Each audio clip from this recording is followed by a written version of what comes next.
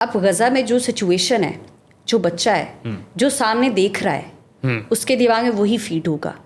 ہم یہ کہتے ہیں کہ آپ گھر کا انوائرمنٹ جو ہے وہ ہیلدی رکھیں. بالکل. کیونکہ بچے کا برین ڈیولپ ہو رہا ہے, بچے کی عادتیں بن رہی ہیں, بچے کی پرسنالٹی بن رہی ہے. لیکن اگر ایک چھوٹے سے بچے نے اپنے سامنے صرف کٹے ہوئے جسم دیکھے ہیں, صرف بارود دیکھا ہے, صرف بم دھماکے دیکھے ہیں, صرف یہ دیکھا ہے کہ کب کس کو آگے گولی لگ جائے, ایک انسرٹن سچویشن, آپ کو نہیں پتا کہ آپ کے اماں ابا کی کب جان نکل جائے. اور اگر تو کچھ بچے ایسے جنہیں یہی نہیں پتا کہ ان کے اماں ابا کدھر ہیں, ان کے بہن بھائی کدھر ہیں, اور کچھ جو ہیں وہ تو ایسے ہیں کہ آپ دیکھتے ہیں کہ کسی کا اگر بہن بھائی زندہ بھی ہے لیکن اس کا ہاتھ نہیں ہے, کسی کے پاؤں نہیں ہے, کسی کی ٹانگ نہیں ہے. ایسی سچویشن میں آپ دیکھیں کہ وہ بچہ ہنسنا بھی بھول جائے گا.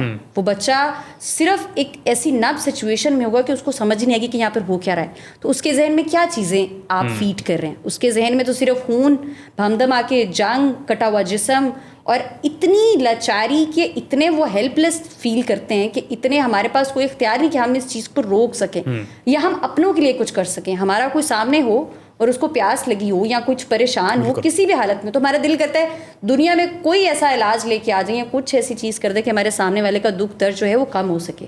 لیکن آپ کتنے بے بس ہیں کہ آپ کا اپنا آپ کے سامنے مرے لیکن آپ کر کچھ نہیں سکتے. تو بچے کے ذہن میں وہ ساری چیزیں کیا ٹرانسفر ہو رہی ہیں, وہ کیا فیڈ کر رہا ہے, جو وہ دیکھ رہا ہے وہی اس کے اندر ٹرانسفر ہوگا. تو آپ یہ دیکھیے کہ وہ بچہ جب بڑا ہوگا تو اس کی پرسنالٹی پہ بہت گہرا اثر ہوگا, بہت نیگیٹو ہوگا.